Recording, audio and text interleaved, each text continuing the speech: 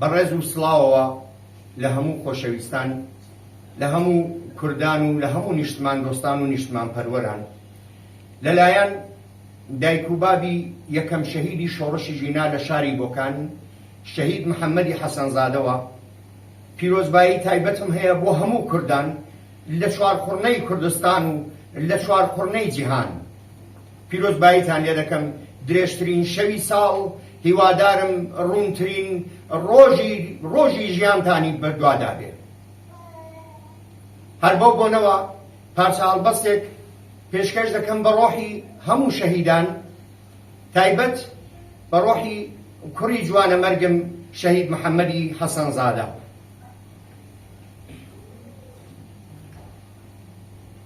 ئازیزەکەم، کوڕی جوانم، نەتفەرموو ناگەڕێمەوە، نەتفەرموو ناگەڕێمەوە، لە پشت دەرگات ڕاوەستاوم.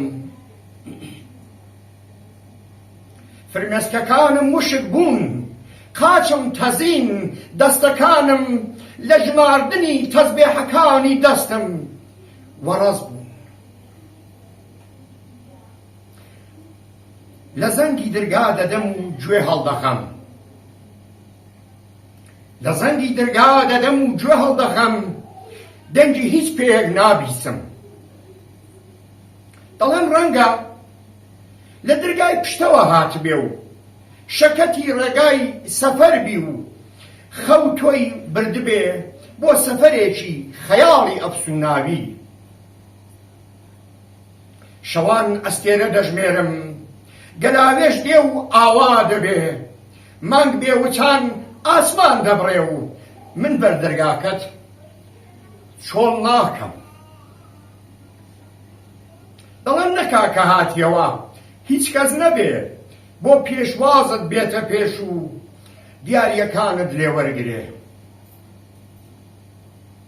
کوڕی جوانم، محەممەد گیان، نەتفەرموو ناگەڕێمەوە، بۆیە چاوەڕوانی مەلە و لەسەر دیواری ماڵەکەت کڕ کەوتووە. پێشکەش بە هەموو شەهیدان، بە هەموو خۆشەویستان و خەباتجێڕانی کورد و کوردستان ڕێزم هەیە بۆ هەمووتان.